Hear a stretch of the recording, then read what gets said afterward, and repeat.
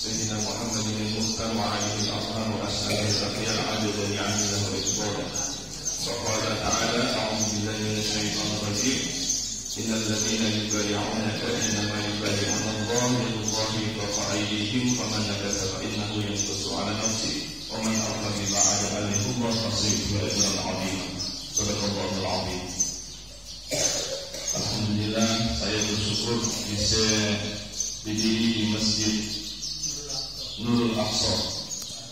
Tempat yang luar biasa. Kabar ibu? Tanya ibu bapak-bapak yang nyawab. Kabar bapak-bapak? Betul-betul. Yang saya hormati ayahanda saya, Bapak Haji Safawi.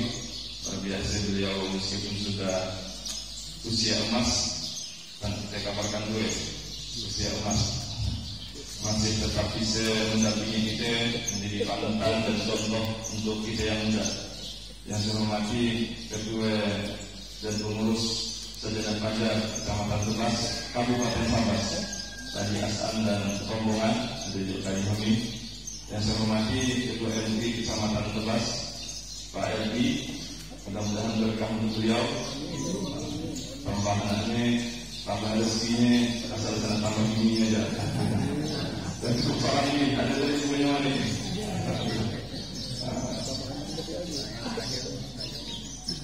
Alhamdulillah, yang teristimewa dan sangat luar biasa kepada seluruh jamaah masjid, para pendukung ormas dan tim Sajadah Fajar yang saya berkahi dan murid saya banggakan dan insya Allah diberikan oleh Allah Subhanahu Wa Taala. Saya diberi waktu 20 menit, tapi kalau terlewat sedikit dan ada lagi harus berbakat lagi penjelasan mohon izin tadi. Tadi Pak Haji Safawi minta sekedar perkenalan saya, alhamdulillah. Dan nama saya Sumardi, nama orang Jawa sebenarnya, tapi aslinya dari Sekura.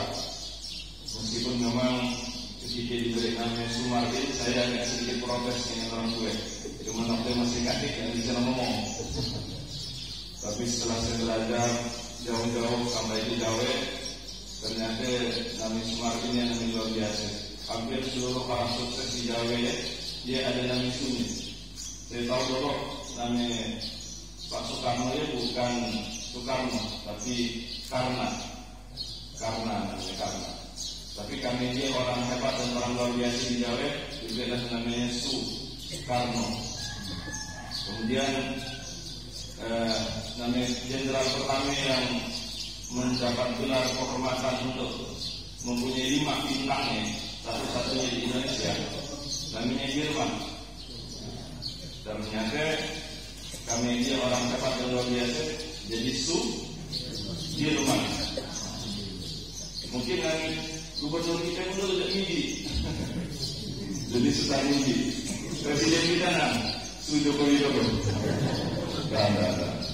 Alhamdulillah Rabbil Alamin. Saya sekali lagi merasa berbahagia. Saya aslinya kurang Sekura, Kecamatan Teluk Kramat, kami dengan Pak Haji Safawi. Tapi Pak Haji Safawi sekarang sudah talak 4 dengan Kecamatan Teluk Kramat. Sekarang Kecamatan Tangkaran tadi. Tangkaran. Sekarang dia Kecamatan Tangkaran. Saya sekarang tinggal di Sambas. Kami di KPAC Kabupaten Bayangkara.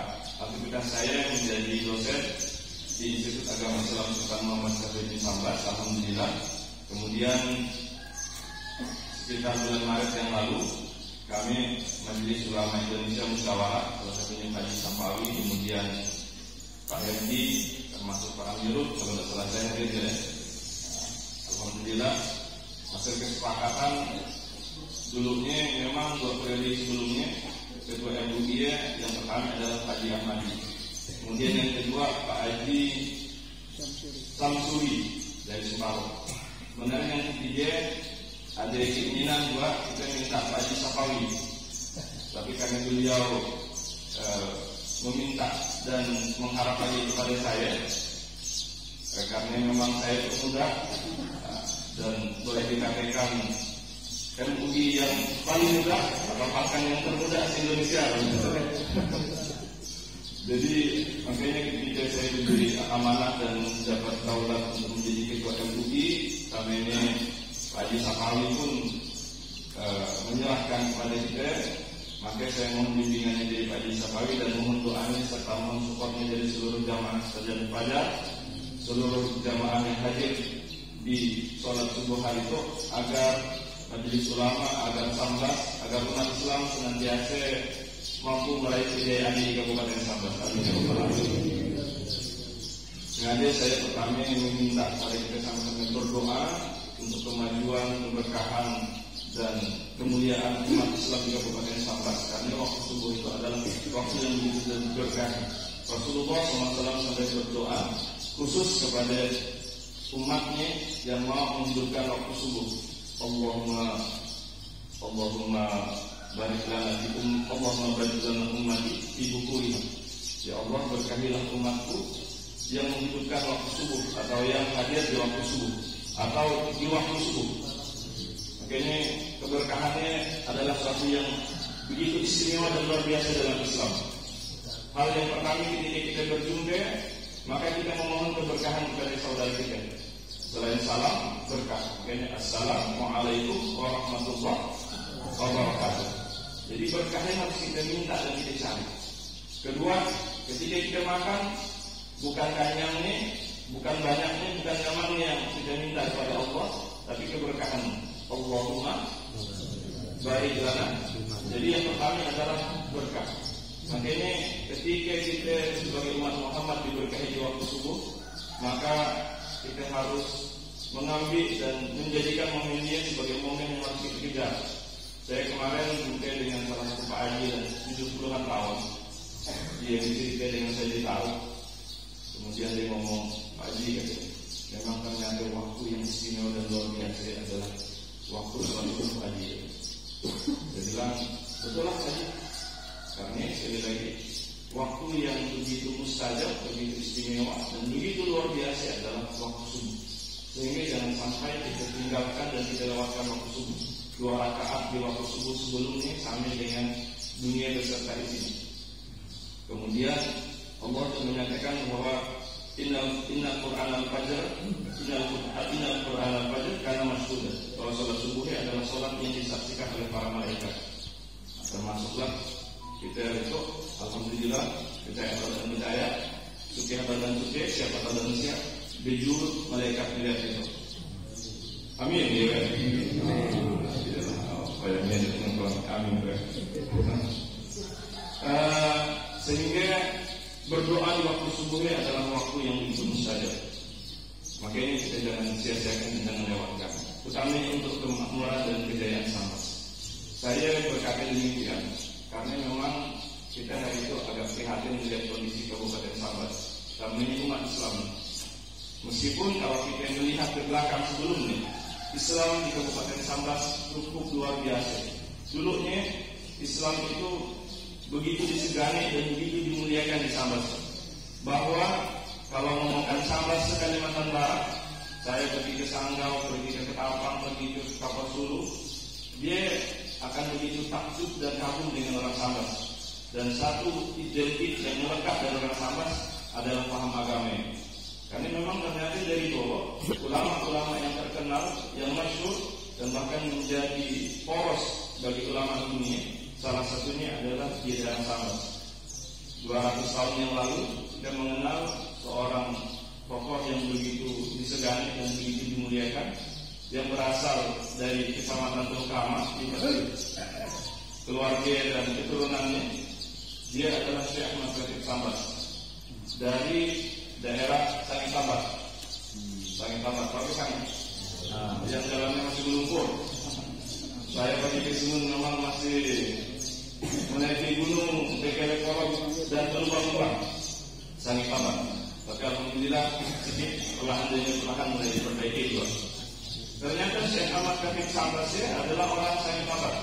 Kemudian hijrah ke Sambas, lahir di tahun 1803.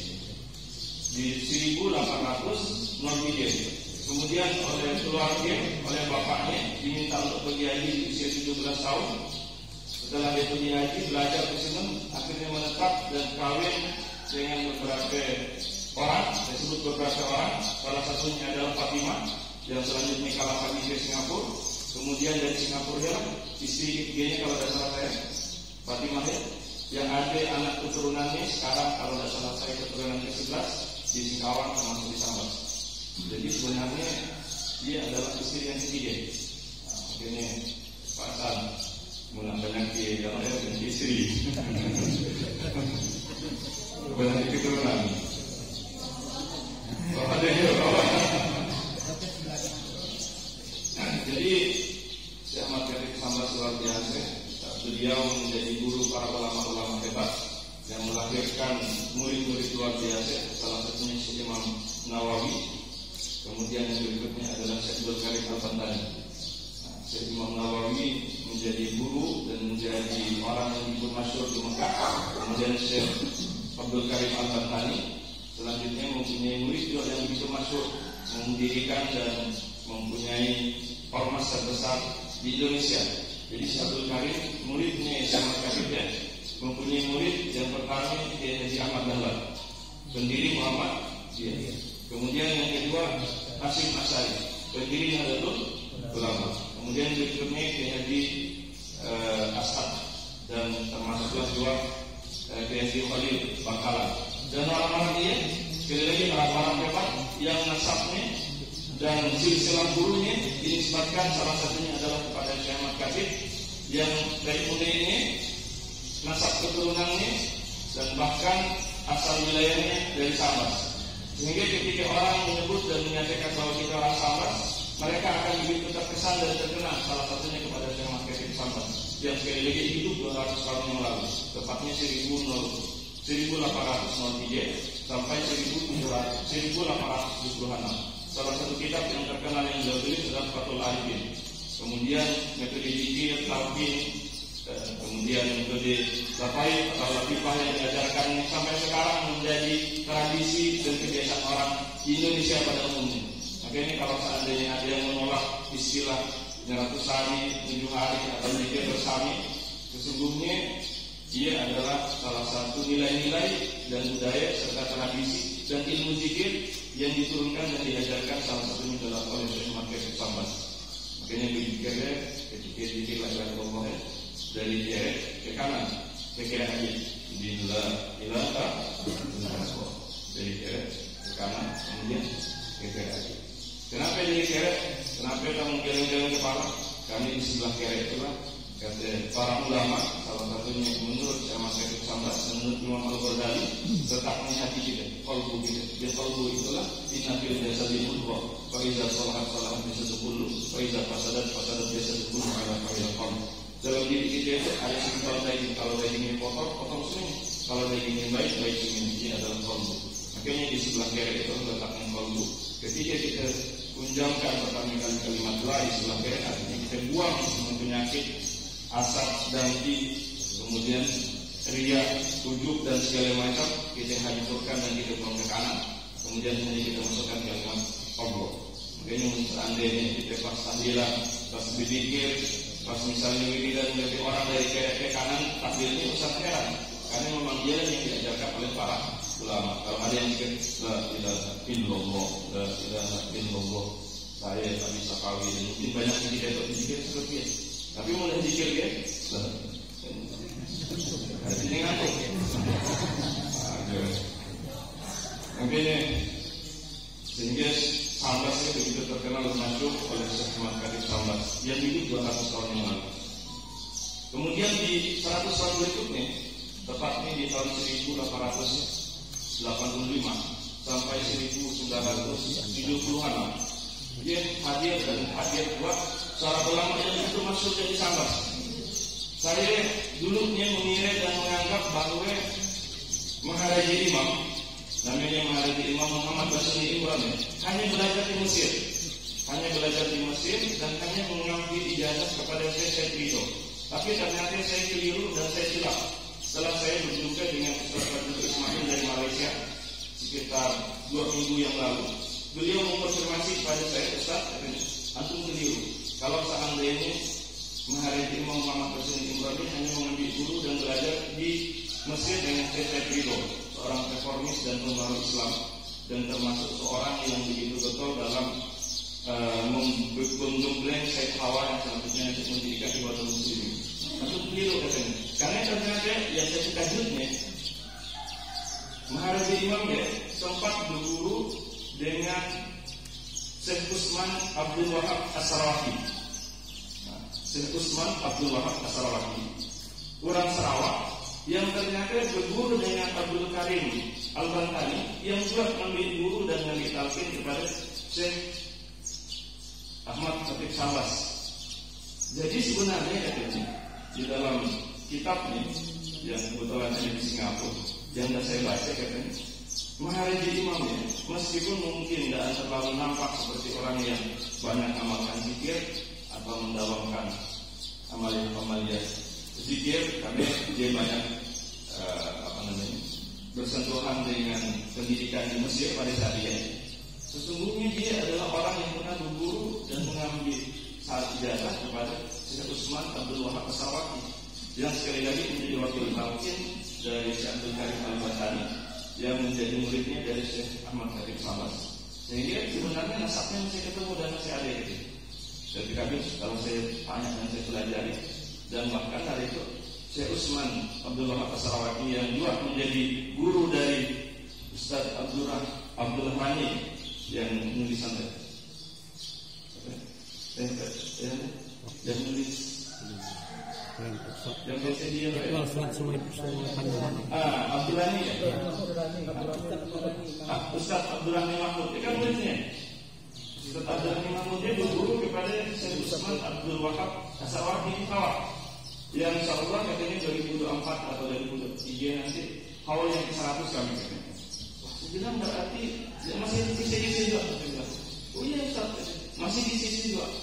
Artinya Syekh Ahmad Khatib Syahbaz yang menjadi guru tua yang hidup 200 tahun yang lalu, kemudian 100 tahun berikutnya hidup namanya muridnya yang tinggal di Syahbaz, kemudian menyebarkan ajaran-ajaran Islam di Syahbaz dan menjadi orang yang begitu masyhur di Syahbaz dan terkenal karena menulis surat Limadza taqaddama muslimin wa akhar. Kenapa orang muslimnya ke belakang? Limadza taqaddama muslimin wa akhar. Kenapa orang muslim terbelakang? Yang gara-gara pertanyaannya lah sampai gurunya Syekh Ridho, kemudian Syekh Muhammad Al-Safi Al-Salam sampai nulis jilid kitabnya untuk menjawab kenapa umat Islam yang mundur. Dan gara-gara dia lah Syekh Muhammad Basri Imran begitu masyhur dan terkenal. Syekh Muhammad Basri Imran atau Maharij Imam hidup 100 tahun yang lalu, 1885 sampai 1976. Nah, jadi kurang lebih. Saya membaca, memahami dan mengkonfirmasi dengan hadis itu yang meranjang mengakarnya, dan itu baru saya temukan setiap bulan itu meranjang saya bahwa Rasulullah SAW pernah bersabda dalam sebuah hadis dari riwayat Abu Daud dalam selesai bahwa setiap di penghujung tahun 100 tahun sekali akan muncul menjadi pembaharu-pembaharu dalam Islam. Allahu Akbar. Saya mengkonfirmasi dan mengaitkannya 200 tahun yang lalu tepat 1803 itu ada Syekh Khatib Syahbaz yang mengharumkan nama Syahbaz. Kemudian tahun 1913 atau lahir 1885, kemudian wafat 1976, dia lahir Maharij Imam. Jadi 1800 ada orangnya, 1900 ada orangnya, dan tahun 2000 mestinya ada orangnya juga kan? Oh, kayaknya ngomong, udah berbeda ya. Waktu Sapari, itu ya deh. Bentar aja nama masih gede. Saya itu mau alat. Bentar lagi dia mati. Kalau mengharapkan itu tidak mungkin kok. Ngomong pada itu, siap-siap mereka mau minta itu. Tapi kalau melihat kepada siklus sejarah dan saya baca juga dalam beberapa riwayat, beberapa contoh sejarah-sejarah ulama lain, bagaimana periode pertama Rasulullah, kemudian para sahabat, kemudian ulama mazhab, kemudian wali-wali terkenal. Ternyata memang betul hampir setiap tahun yang muncul ulama-ulama terkenal masuk dan menjadi pembaharu Islam. Dan sahabat saya sekali lagi harus kita mulai dan harus segera kita bangkitkan. Bagaimana caranya Pak? Sekali lagi salah satunya dengan menghidupkan, mensemarakkan dan menghilangkan nilai-nilai Islam. Terus terang saya tidak mengatakan bahwa kita, tapi anak-anak kita, karena kalau saya melihat Syekh Ahmad Khatib Sambas lahir 1803, kemudian Muharrem Imam 1885. Jadi mestinya dia lahir sekitar tahun 2000-an. Sementara saya lahir dia tahun 1900-an masih. Nah, jadi masih perlu dibukukan. Artinya harus kita mulai. Meskipun kalau kita melihat sekarang, nauzubillah min dzalik, dan dia menjadi perhatian kita hari itu, sampai sekarang masih perlu sekali untuk kita sentuh nilai-nilai agama. Makanya ketika saya terpilih menjadi ketua MUI, apa yang akan Bapak lakukan, apa yang menjadi hal terbesar yang menjadi visi dan misi Bapak. Saya katakan saya mempunyai misi 2, tapi 3 bagian dari hal yang memang penting untuk kita lakukan. Pertama, Sambas itu tingkat cabul tertinggi nomor 1 di Kabupaten Sambas. Cabul tertinggi di Kabupaten Sambas, Bapak Ibu. Tingkat perceraian terbaik pertama di Kabupaten Sambas. Dan tingkat kriminalitas Sambas pun se-Kalimantan Barat tertinggi. Jauhnya masih dengan dia. Tapi jangan kita pernah berhenti dan berharap. Kalau kita mulai dan berbuat sama-sama, kita bisa menghilangkannya sebenarnya. Makanya yang pertama yang akan saya lakukan untuk terus menyadarkan kepada masyarakat, menjadikan Sambas kembali menjadi Islam di Mekah. Meskipun ia mungkin jauh dan besar tapi demi Allah, kalau Allah menghendaki masyarakat Sambas minimal dan sama-sama kita bergotong royong, kita berbuat untuk mengembalikan Sambas negeri wilayah kejayaan Islam, insya Allah dia akan terjalin dan bisa kita realisasikan. Betul ya Pak? Dan ini yang pertama, meskipun saya sekitar Bakar Raya PKB 2, dorong saya dengar kurang yang motong kepala, kurang tua ini si An ditambah, hanya di Pipina, hanya di Jawenan, dia pun Sumanto, makan dari murah lain. Itu di Sambas ada kurang motong kepala ayamnya soal. Ada ini saya kabarkan tampaknya, saya keliling ke Sambas beberapa tempat, kurang tua 75 tahun masuk penjara di Balang Kita Senun, 75 tahun masuk penjara, mencabuli, memperkosa 7 orang usia 7 tahun. Mau bilang tadi adalah badan temu kubur, panduk ke dapur, makan bubur, bawa ke bawah kubur, makan kabur. Iya kerajaan. Mau bilang, makanya hal-hal ini harus menjadi perhatian kita sama-sama. Bagaimana caranya Pak? Bagaimana upayanya Pak? Kita terus gencar untuk mensemarakkan syiar-syiar Islam.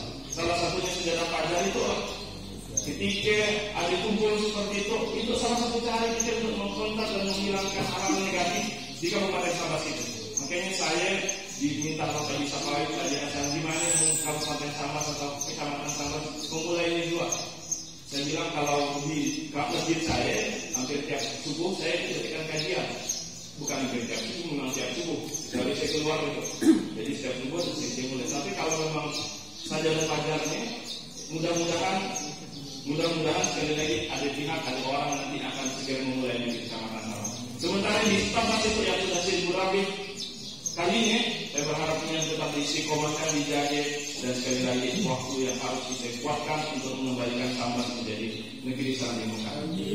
Yang pertama. Yang kedua, dan itu menjadi PR kita bersama. Ketika saya ditanya apa yang menjadi hal yang Bapak lakukan di Sambas, saya masih melihat Sambas itu masih luka lama terkait tentang maaf, ikhtilaf, perbedaan dan khilafiyah. Masalah kunut dengan dan kunut masih menjadi pertengkaran kita di Sambas. Tadi saya Muslim dan umat mukmin tadi mukmin nanti ketika baca kunut besok, saya lihat alhamdulillah hampir satu ngangkat tangan ke sini. Dan kenapa Pak? Ada empat, cuma kira-kira kali ini. Betul ya? Nah, Bapak Ibu sana jauh-jauh, pagi tidak cuma dicari di sini ada yang katangan, ada yang tapi ialah sertifikat Islam yang harus kita hormati dan kita muliakan perbedaan.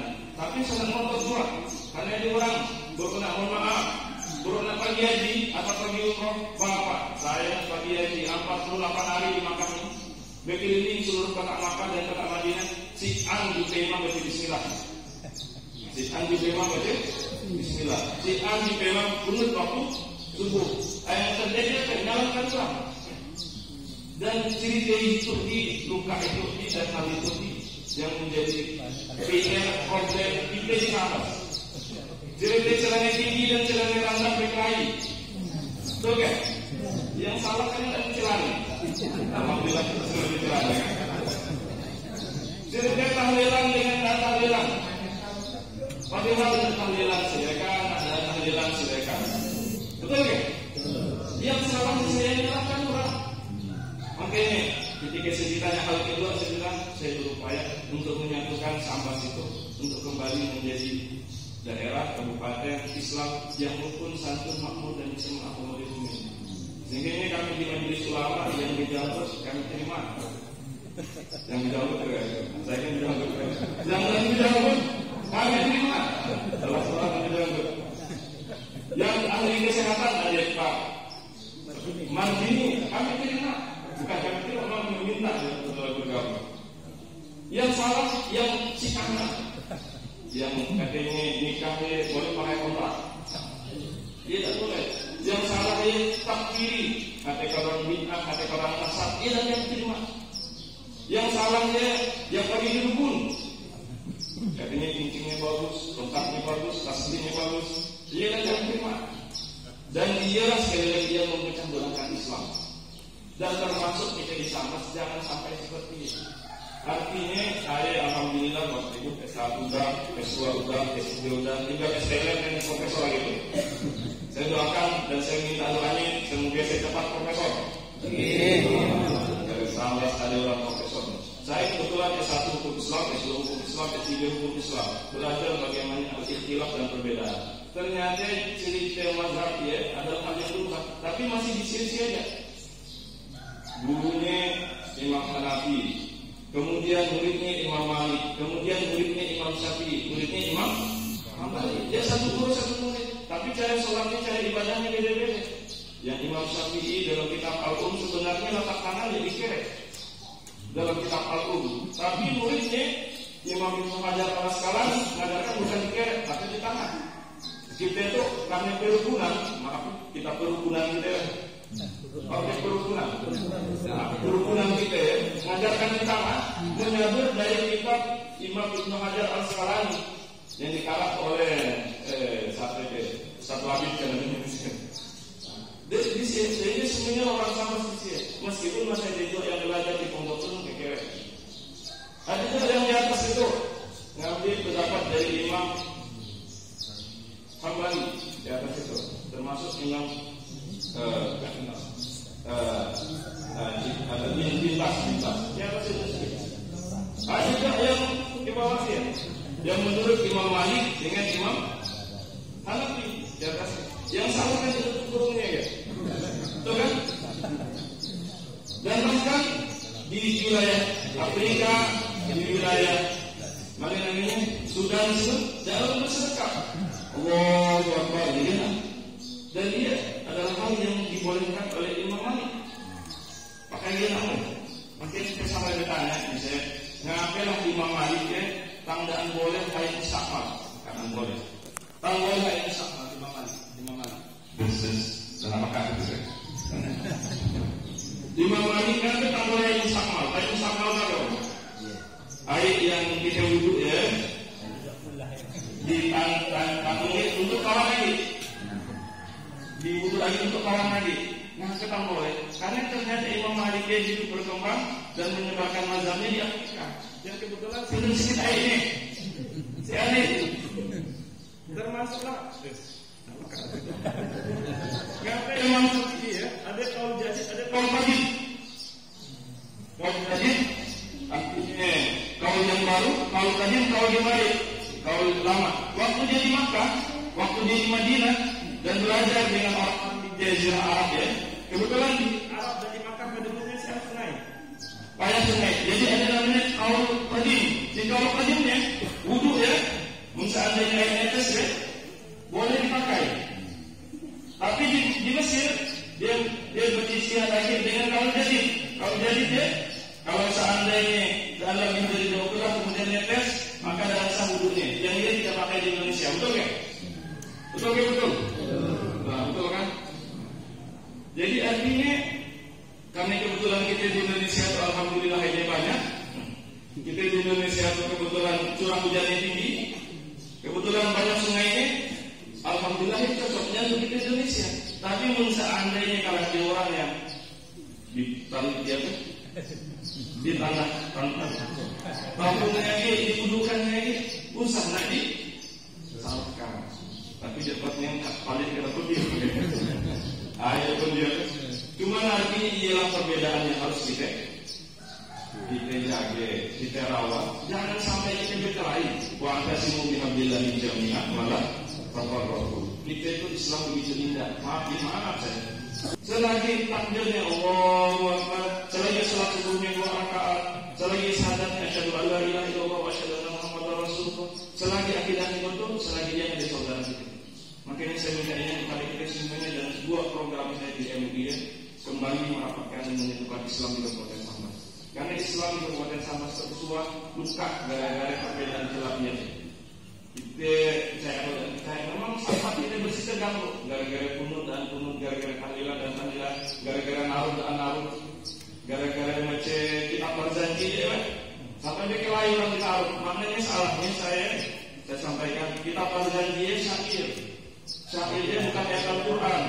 Yang ayat Al-Quran ini harus jelas makhrajnya, harus jelas apa? Tajwidnya. Sementara syair dia cuma bilang kita tangan.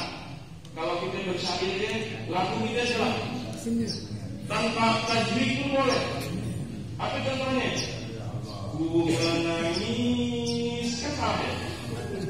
Mestinya kan ku menangis. Tapi dalam lagunya ku menangis membayangkan betapa kau itu lagunya. Betul kan? Ini kan syair. Dan ketika kita berjanji ditaruh ya, assalamualaikum. Dia syair untuk memuliakan, menyanjung, menghormati Rasulullah, para ulama, para sahabat lain yang ditulis oleh Syekh Abdurrahman Al-Barzanji. Oleh alim, maka saya ke situ. Artinya, jangan kita perdebatkan. Ada orang yang bersyair silakan. Rasulullah ketika datang ke Madinah,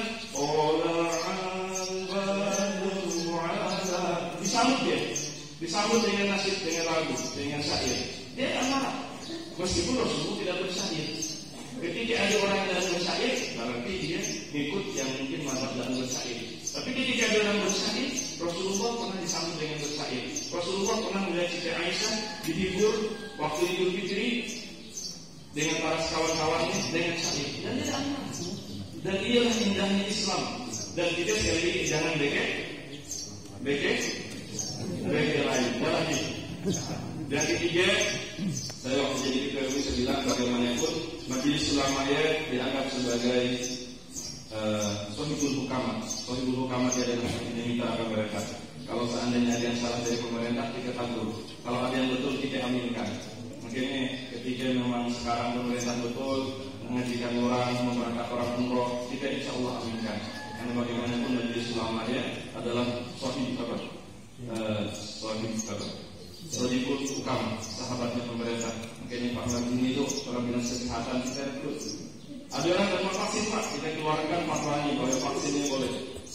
Ada orang yang tidak mau imunisasi Pak, kita keluarkan fatwanya bahwa imunisasi boleh. Cuma mintanya dinas kesehatan, pemerintah keluarkan vaksin yang halal dan sehat. Masalah orang tiba-tiba dan mau vaksin, sekali lagi berarti dia berselisih dengan pendapat Majelis Ulama. Seperti nanti, betul kan? Salah kita lah. Alhamdulillah. Mungkin ini kalau ada jarum yang patah dari simpan jatah seperti kalau ada kadang-kadang salah, mohon maafkan. laporkan dan saya laporkan ke polisi. Dan saya kursi sampai 40 menit, tapi saya ngomong, tapi lagi karena 1 jam, mohon maaf Pak Jasan, sekali-sekali memang kita FD bantu sopan dan lebih merangkul kepada semuanya. Bila satu kali Assalamualaikum warahmatullahi wabarakatuh.